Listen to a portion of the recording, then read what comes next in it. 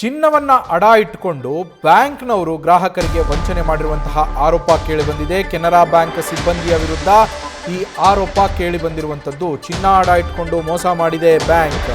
Canara bank ಸಿಬ್ಬಂದಿಯಿಂದ ಗ್ರಾಹಕರಿಗೆ ವಂಚನೆ ಮಾಡಿರುವಂತಹ ಆರೋಪ ಕೇಳಿ ಬರ್ತಾ ಇದೆ. ಸಿಬ್ಬಂದಿ ವಿರುದ್ಧ ಬ್ಯಾಂಕ್ನಲ್ಲೇ ಗ್ರಾಹಕರು ರೊಚ್ಚಿಗೆದ್ದಿದ್ದಾರೆ. ಯಾವಾಗ ಈ ವಂಚನೆ ಬಯಲಾಗುತ್ತೋ ಗ್ರಾಹಕರು ರೊಚ್ಚಿಗೆದ್ದಿರುವಂಥದ್ದು. ಮೈಸೂರಿನ ಕೆನರಾ ಬ್ಯಾಂಕ್ನಲ್ಲಿ ನಡೆದಿರುವಂತಹ ಘಟನೆ ಇದು.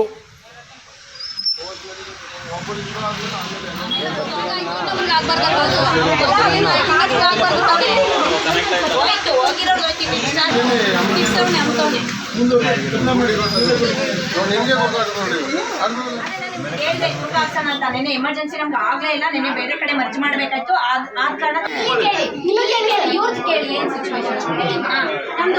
ಗೋಲ್ಡ್ ಬಿಡಿಸಿದ್ವಿ. ಹೊಸ ಚೈನ್ ಹಾಕೊಂಡೇ ಇಲ್ಲ. ಚೈನ್ ಕಟ್ಟಾಗಿದೆ ಸರ್. ಅದೇ ಇವಳ ತೂಕ ಹಾಕೋಣ ಅಂದ್ವಿ. ಬೇಡ, ಬೇರೆ ಕಡೆ ಮರ್ಜ್ ಮಾಡ್ಬೇಕಿತ್ತು. ಅದನ್ನ ತಗೊಂಡು ಬೇರೆ ಕಡೆ ಮರ್ಜ್ ಮಾಡಿದ್ವಿ. ಎಮರ್ಜೆನ್ಸಿ ಇತ್ತು. ಲೋನ್ ಮಾಡಿಸ್ಬೇಕಿತ್ತು. ಅವ್ರು ಇಲ್ಲಿ ಬಿಡಿಸಿ ನೀವು ಇಲ್ಲ ನಿಮ್ಗೆ ಲೋನ್ ತೋರಿಸುತ್ತೆ ಅಂತ ಹೇಳಿದ್ರು ಸರ್.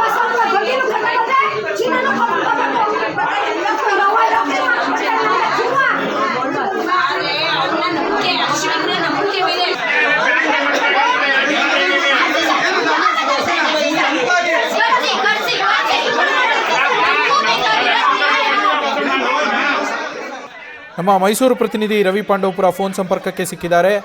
ರವಿ, ಎಷ್ಟು ಗ್ರಾಂ ಚಿನ್ನ, ಎಷ್ಟು ಗ್ರಾಹಕರಿಗೆ ಯಾವ ರೀತಿಯಲ್ಲಿ ಮೋಸ ಮಾಡ್ತಾ ಇದ್ರು ಈ ಕೆನರಾ ಬ್ಯಾಂಕ್ನ ಸಿಬ್ಬಂದಿ? ರವಿ, ನವೀನ್, ಪ್ರಮುಖವಾಗಿ ಮೈಸೂರಿನ ಹಿನೇಕಲ್ನಲ್ಲಿರುವಂತಹ ಕೆನರಾ ಬ್ಯಾಂಕ್ನಲ್ಲಿ ಪ್ರತಿನಿತ್ಯವೂ ಕೂಡ ಗ್ರಾಹಕರಿಗೆ ಗೋಳು ತಪ್ಪಿರಲಿಲ್ಲ.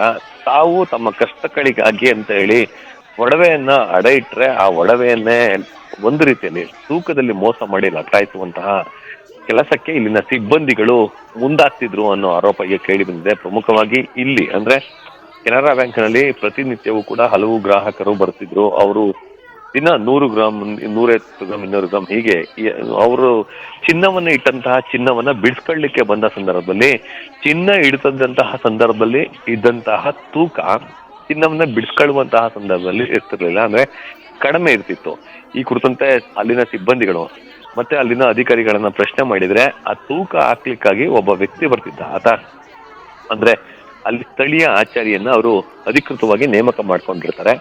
ಆತನಿಗೆ ಕಮಿಷನ್ ಕೂಡ ಕೊಟ್ಟಿರ್ತಾರೆ.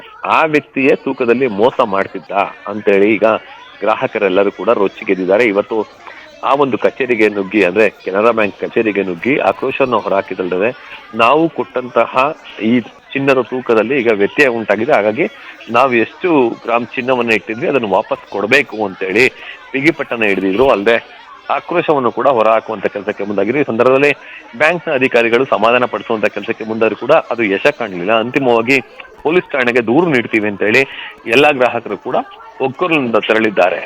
ಅದೇ. Thank you Ravi, ಡೀಟೇಲ್ಸ್ಗಾಗಿ.